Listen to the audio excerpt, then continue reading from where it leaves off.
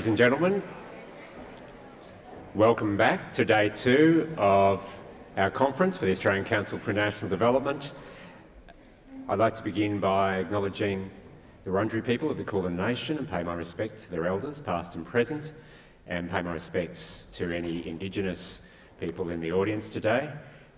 For those of you who weren't at our dinner last night, we had an extraordinary evening, but awards went to the Referendum Council, the Sir Ron Wilson Human Rights Award, and Megan Davis and Pat Anderson from the Referendum Council were there to accept the award, and Megan gave an astonishing speech of passion, incisiveness and some anger around the government's response and dismissal of the Referendum Council's recommendation on the voice. Mark Webster from ADRA won Contribution to the Sector Award, and Michael Batchelard from Fairfax won the ACFID Media Award. And we also acknowledged the contribution of Ewan MacDonald from the Department of Foreign Affairs and Trade in his work on the Green Climate Fund. So today we've got an action-packed program. We're at full capacity today, so please do use the side doors. Don't all try to funnel out the back. There is also seating up in the balcony, which has a great view. And we'd encourage you to follow the program and see where you want to go through the conference app. But also at morning tea, lunch and afternoon tea, our fantastic sponsors who are here and are also contributing to the conference and help keep the overall costs down for you, the participants, they're up here on the right. So we really encourage you to go over and talk with them. And in fact, morning tea and afternoon tea and lunch will be served over in that far right corner. So please don't all huddle around the entrance foyer. Go up and have a chat with them. I'd also like to acknowledge 20 Australia awardees, scholars that are here in the audience and were with us yesterday from Indonesia. It's fantastic to have you here, and I'd just like to ask everyone to give them a round of applause.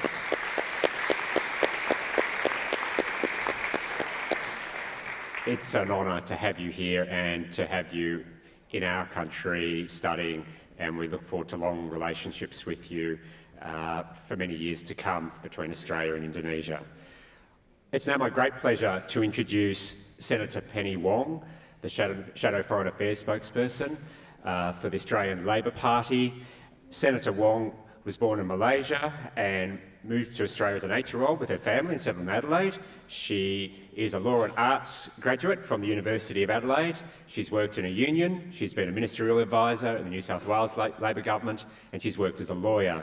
She was elected to the Senate in 2001 and took her seat in 2002.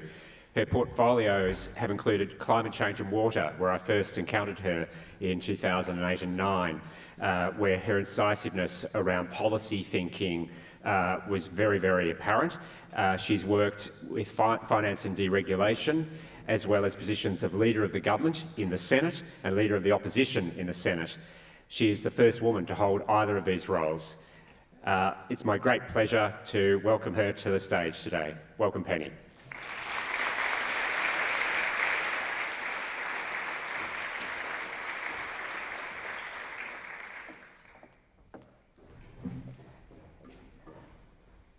Thanks very much for that introduction, Mark. I'm glad you didn't read everything. I always worry when they start the CV bit that it might go on for a very long, boring period. Can I also begin by acknowledging the traditional owners of this land and by paying my respects to elders both past and present, to our friends from Indonesia. Did we say on the Australia Awards? Selamat datang. Can I acknowledge my parliamentary colleague and colleague in the portfolio, Claire Moore, who I think is up near there she is. Hi, Claire. Thank you for your work in this area. To my friend Sam Mostyn, your outgoing president, and your new president, Susan Pascoe, and to all of you, thank you for the opportunity to speak with ACFID today. As the peak body representing Australian international development organisations, ACFID aims to give the development sector in Australia a unified voice. And whilst I'm sure that finding a unified voice that speaks for 130 diverse member organisations is at times challenging, it is essential to ensuring you're heard loud and clear by both leaders and by the public. Knowing that your voices are being heard in Canberra is important, and so too is winning public support for your cause.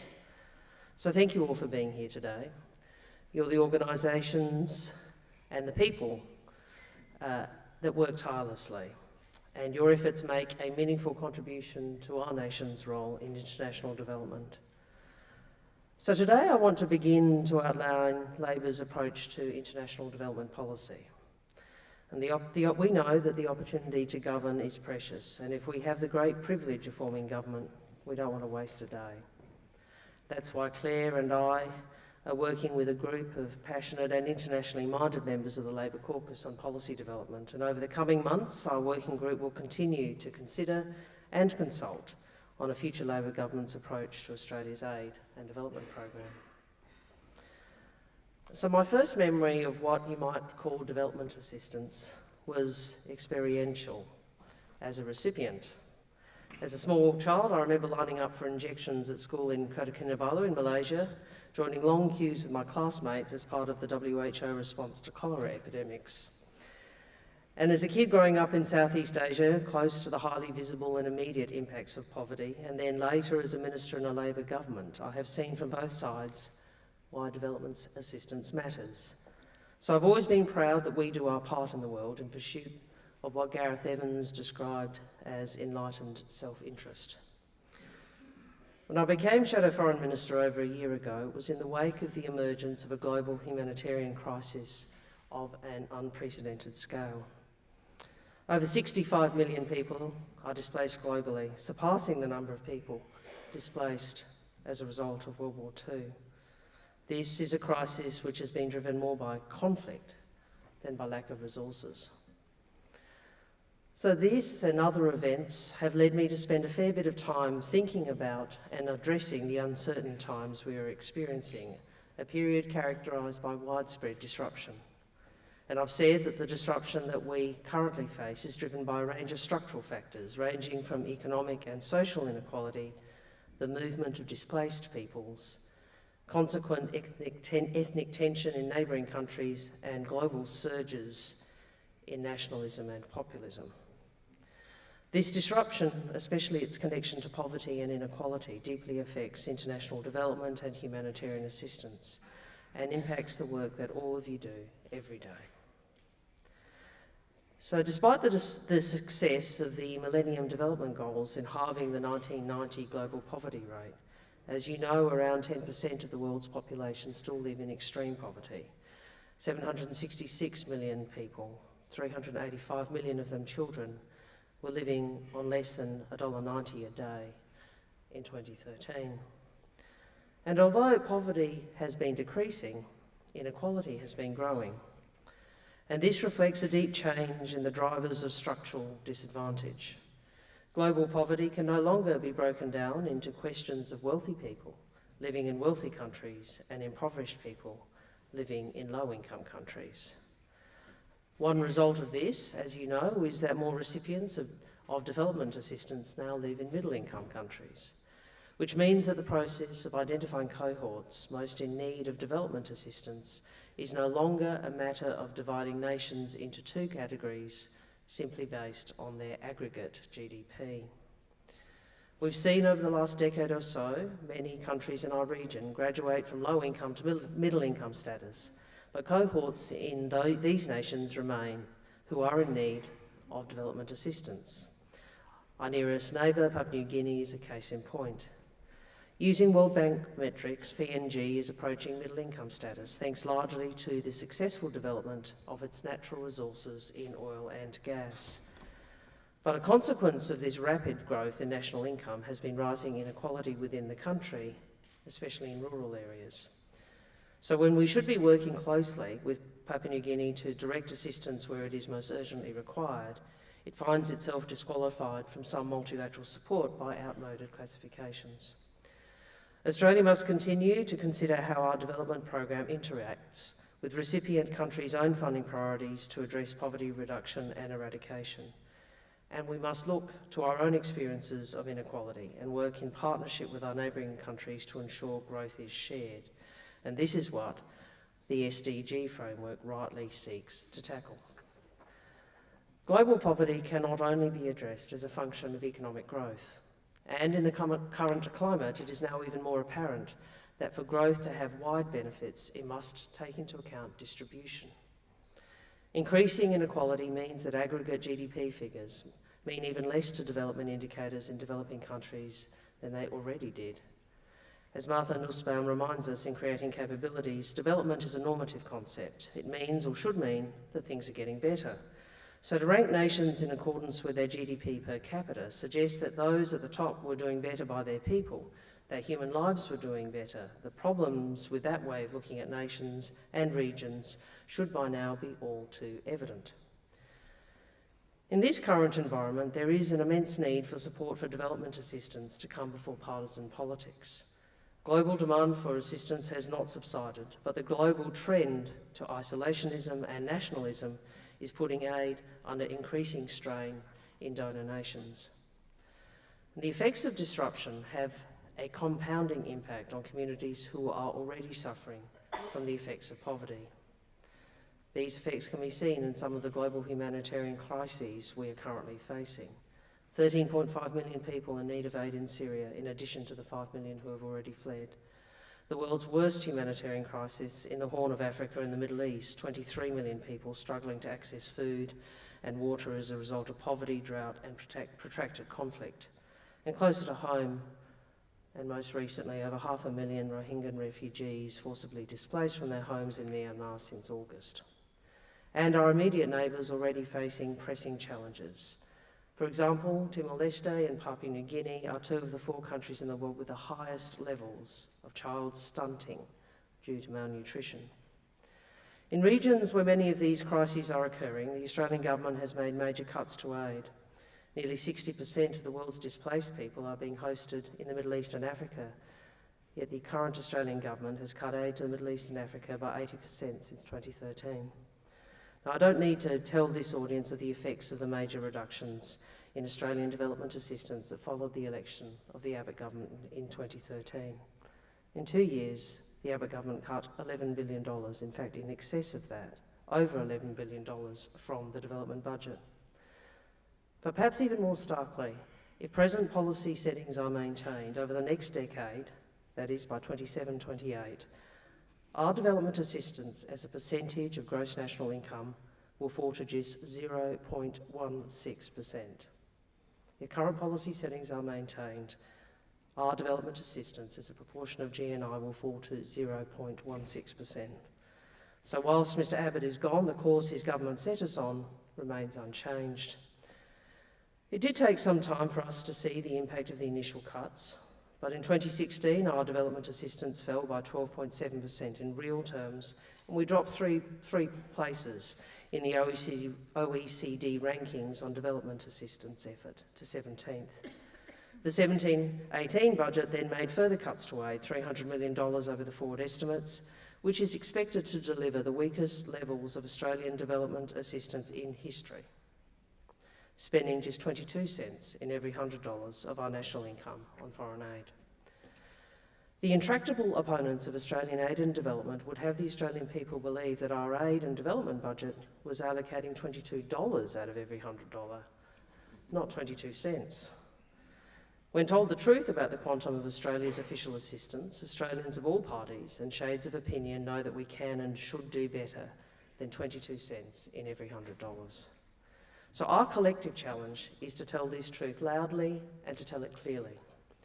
These cuts mean that Australia's contribution to international development has fallen by almost a quarter at a time when the world in which we live is facing increasing, not decreasing, demand for support. And sadly, this translates into real human costs, more maternal deaths, fewer children vaccinated against preventable disease, reduced access to basic sanitation and clean water, more people experiencing food insecurity and famine, fewer girls at school, and a greater number of vulnerable communities experiencing the disproportionate impacts of climate change. And these cuts have also translated into the abandonment of a nearly 50-year history of broadly bipartisan commitment to development assistance in this country. When we were last in government, Labor grew the development budget in every year and nearly doubled its quantum from 3.1 billion to 5.7 billion between 2007 and 2013. And these increases were broadly supported then by the then opposition parties, the coalition. When former Prime Minister Kevin Rudd addressed this conference as Foreign Minister in 2010, he acknowledged the role of the then opposition for supporting Labor's work in expanding the development budget. And a year later, in the speech he gave at the launch of the review of aid effectiveness, he again acknowledged the role of the opposition and the need for their continued support, saying, though it has wobbled from time to time, I wish to acknowledge the continued bipartisan support for the government's objective of increasing ODA to 0.5% of GNI by 2015. But for our aid program to continue in an effective manner in the future, capable of making a real difference to the lives of poor people of the world, it is critical that we continue to have bipartisan support in this country. But despite, or perhaps because of, this almost half-century of Australia's aid and development being largely free of partisanship or dispute, in 2013, the new Abbott government took a radically different approach. In 2014, when my friend and predecessor in this portfolio, Labor's Deputy Leader, Tanya Plibersek, addressed this same conference, she warned of the real consequences of the Abbott government's aid and development policies. She told you then, they aren't just keeping quiet about these cuts, they actually see them as a political windfall. They're crowing about them. And she was right. Despite strident criticism from Labor in the absence of a strong reaction to the abandonment of bipartisan support or other public outcry, the coalition then went on to make further cuts to the development budget. And it has not helped that some activists believed passivity will remedy this. The greatest shame is that even with Mr Abbott gone, Malcolm Turnbull and Julie Bishop have failed to change course. But as we often say in politics, we are where we are. And all of us here today, as well as the recipients of Australian aid, are best served if the aims, purposes and objectives of Australia's aid and development programs are understood and are broadly owned across the Parliament and the community. So I want public trust and confidence in our aid and development programs to be rebuilt across parties. I would like to see an end to the reckless politicisation of aid and development that erupted with the election of Tony Abbott. We must directly challenge those who refuse to accept evidence, facts and figures that show conclusively how aid and development has worked. And our challenge now is not purely a political challenge. It is not a fight to be had only between conservatives and progressives, between what we might have called the left and the right. The challenge now is that our development assistance is on an ever-diminishing trajectory. An ever-diminishing trajectory that cannot be turned around by a single budget or in one term of government. And changing this trajectory, altering its path, is a challenge we must meet, and we must meet together. So that is why today I'm calling for members of the coalition to work with us. And Labor calls on the Liberal and National parties to join us in a bipartisan commitment to rebuilding Australia's aid and development programs. Because the only way to protect development assistance from threats posed by populism and the nationalist rhetoric of parties such as One Nation is to place it beyond party politics. We also must make our aid and development more transparent, more accountable and focused on achieving clear outcomes than ever before. The Australian public must be convinced that every dollar of Australian aid is going to where it can do the greatest good with the lowest transaction costs. Members of Parliament, and not just the government of the day, have a critical leadership role to play in making the case for development assistance to their constituents and to the public at large. Rebuilding consensus will take years, more than the term of one government, but we have to start now. Well, we got to this point, the point where bipartisanship is a question in relation to Australian aid, firstly because of the cuts I've already outlined. But as you know, the $11 billion cut was also accompanied by radical architectural change. The incoming Abbott government in 2013 abolished AusAID and absorbed its functions and personnel into the Department of Foreign Affairs and Trade. The decision to abolish AusAID was effectively taken in secret. It wasn't referred to in the 2013 campaign or canvassed with the development sector in any way. And it's not a decision Labor would have taken. We've been clear about that. But you can't unscramble an egg. If and when the ALP comes to government, we'll work with the changes that have been made. And a Shorten Labour Government will do everything we can to ensure Australian aid is prioritised and valued within the department, and, as much as practicable, that Australia's diplomatic and development agendas are aligned, making aid and development a core function of foreign policy. And our aid and trade agendas reinforce each other rather than being seen as competitors. Restoring bipartisanship to Australia's approach to development assistance extends beyond quantum. It is also about purpose and about intent. A future Labor government will take the view that to get our aid program back on track, we need to do more than restore a growth trajectory. Aid effectiveness is critical. And the fact is that the amalgamation of DFAT and AusAID has led to a loss of technical capacity and engagement on aid delivery. For example, after the dust of voluntary redundancies settled, 19 out of 30 SES redundancies were from the pre-merger AusAID side. This is a loss of leadership, a loss of capacity amongst the technical experts who understood how to secure the best value for Australian aid dollars. This simply must be rebuilt.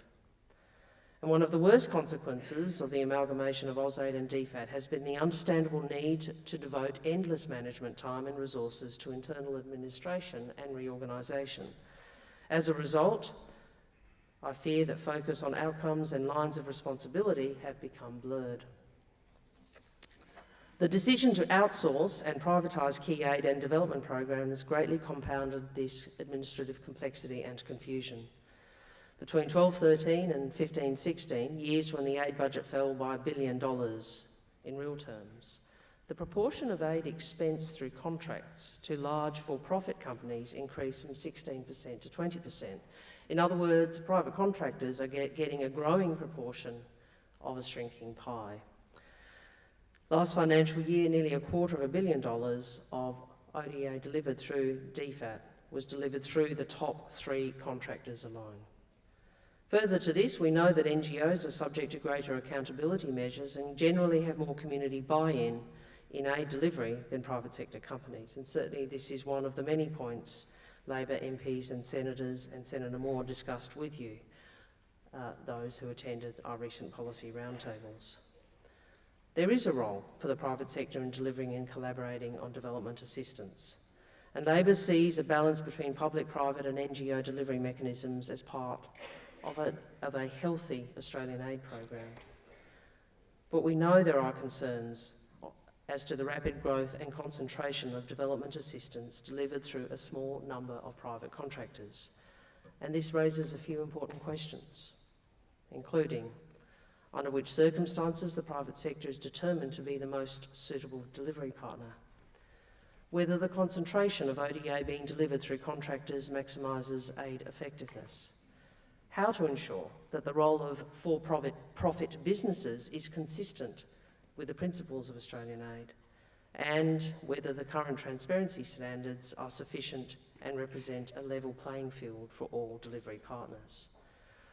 Labor in government has always prioritised aid effectiveness, and for a future Labor government that will mean probing whether the current government's apparent emphasis on large for-profit contractors delivers better or proper value for Australian taxpayers or demonstrably better outcomes in recipient countries.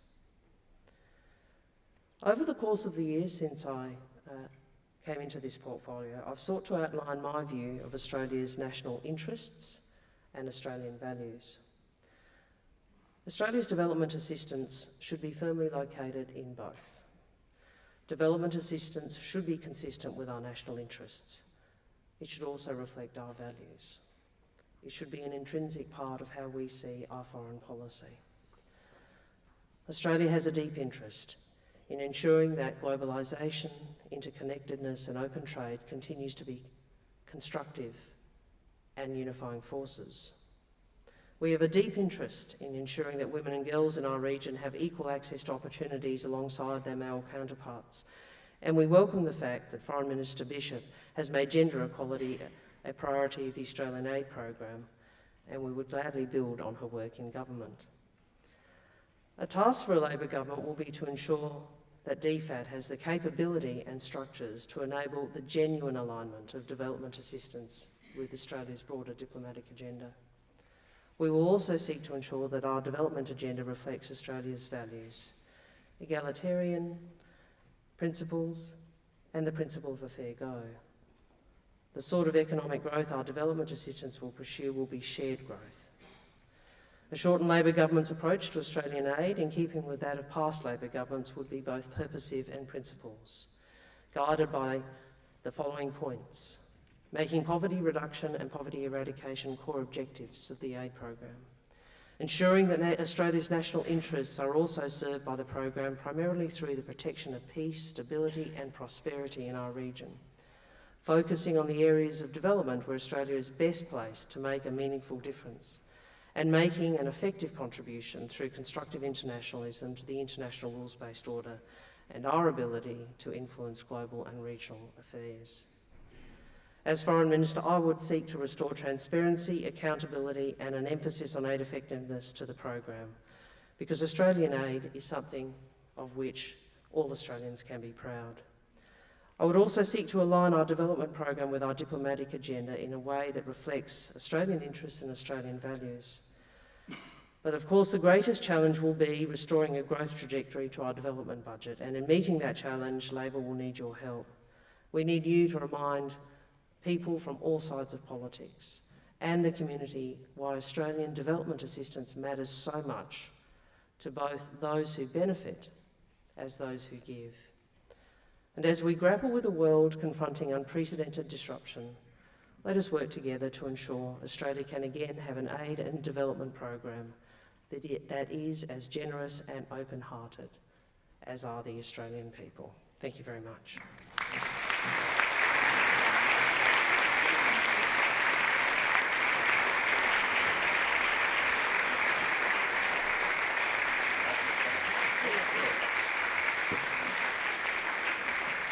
Thank you, Penny, for a very substantial outline of the emphasis that the Australian Labor Party would put on Australia's development program if elected at the next election.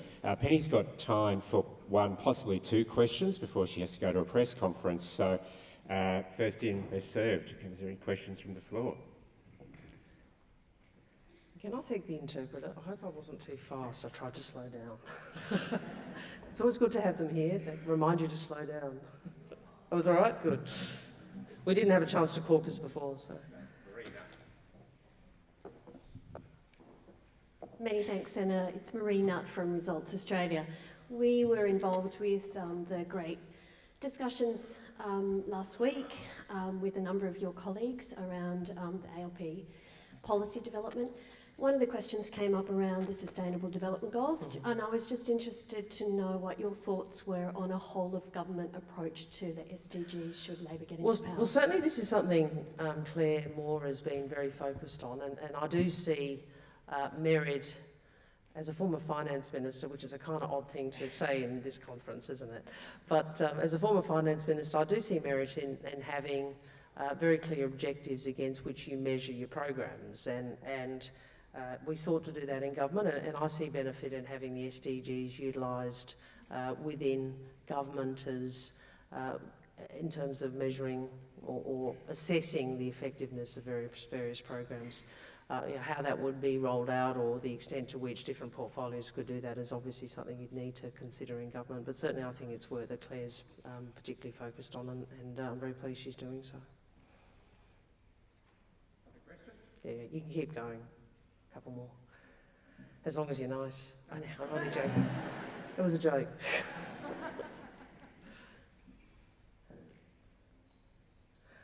Matt.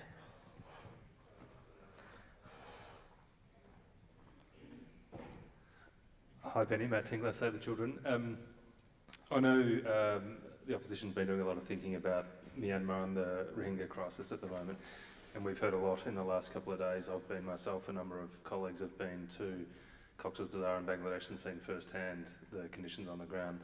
I wonder if you could just tell us a little bit about your thinking at the moment, whether you are 100% aligned with the government in terms of its position in relation to Myanmar, and how we can put an end to the atrocities that are occurring, and perhaps your view on the other end in Bangladesh and whether the forms of assistance and the government's approach to that is the same as your own. Well, first, I think all of us, and I know you personally, Matt, and others in your organisation, but all of us have been, I think, really struck by the distressing images and stories around what has occurred in Myanmar. And I think you asked, are we completely aligned with the government? I haven't approached it on the basis of partisanship. What we have done as the Labor Party, as you know, is made a series of statements over a period of time expressing concern. I've given a speech in the Senate. I've received tabled petitions from a petition from the Bangladeshi community in South Australia about this, and we have been very clear about raising our concerns publicly.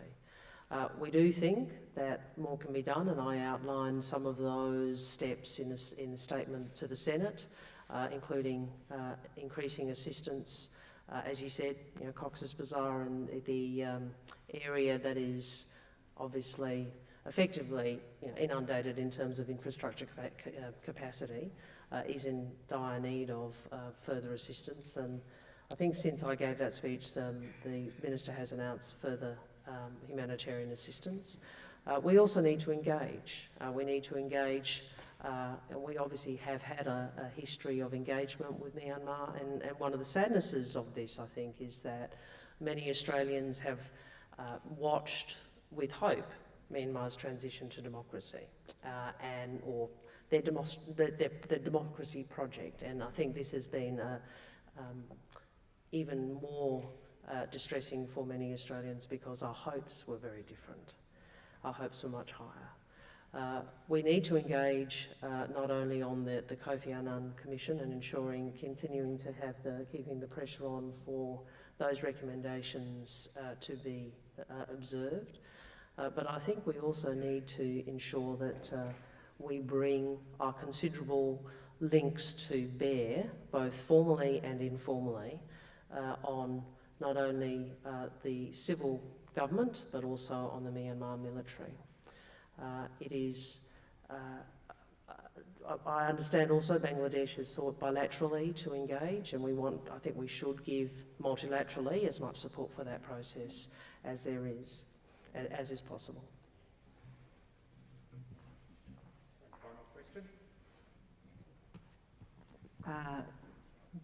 There's a Sam Hillen fight going on here. That is not one I want to arbitrate. That's too scary. All right, who do you want? Oh, no. Helen Zoki from Oxfam. The sector was blindsided by the changes that came with the Turnbull government, particularly in terms of the aid paradigm. And we understand the challenges around the growth trajectory.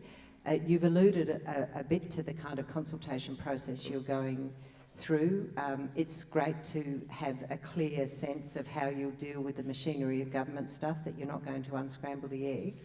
And you've indicated that you want to build on the work that's been done around gender. I wonder if there are some other features, that are emerging, I guess, in terms of what might be the Labor Party policy that will define the aid budget in terms of issues around climate change, the different role that the private sector can play in terms of the SDGs, or whether that's too granular in your thinking now? Well, some of it I've alluded to some extent. Some of it is more granular than we've probably got to at the moment, which in part is the purpose of really quite detailed consultation. I think I said earlier to Sam and others at the table that I hope we win government. If we don't, well, that's sad. But if we do, I want to learn from my previous experience of going from opposition to government, which is in opposition to really do as much thinking and policy work as you can. Now that sounds trite, but boy, when you become a minister, one of the things that you don't realise in the abstract, particularly if you're a busy cabinet minister, is this very little thinking time. And in part that's one of the, I think, the dilemmas of modern politics and the 24-hour media cycle and the demand for engagement, is that actually you get little thinking time. So we've really tried in the portfolio to... Sorry, do you want me to slow down? Sorry. We've really tried in the portfolio to take a bit of a modular approach around different components of thinking and policy work. Certainly in the foreign policy space, I've given a series of speeches which were each really aimed at what I regarded as an important intellectual module for policy work in opposition. And in development, we're obviously going through a pretty detailed process of consultation about how we might think about things in a more granular way. But you mentioned two areas I will touch upon. One is I suppose the architecture of aid delivery, and I did touch upon what we've seen in terms of essentially the concentration of aid being delivered through the for-profit sector. So I don't want to take a reflexive position on that. I think the questions that I sought to outline in this speech are the right ones to ask. Does it deliver aid effectively? Is it consistent with the values and the objectives of the Australian aid program? Is it sufficiently transparent, etc.? You don't make a decision to go to a for-profit provider just because you don't have capability or capacity internally. That is the wrong basis on which to make a decision around that. You also mentioned climate change, and this is pretty dear to my heart, obviously having been the climate change minister and working with Pacific Island nations, and I think they were called the Small Island Developing States was the group that we worked with in the UN context. This is a real contemporary daily challenge for people in our region, and it deserves better than Peter Dutton making a joke about time doesn't mean anything when the water's lapping at your doorstep. I mean, that is actually the reality for people, not just in Kiribati, but in Solomon Islands and many other nations. So we have a responsibility, particularly in the Pacific, as given our size and historical and geographic location and our historic position, to actually address both adaptation and I think the longer term consequences of climate change. This is separate from the need to obviously continue to adhere to the Paris Agreement. Anyway, I think I have to go now, but thank you very much for the work you do, not just today, but every day.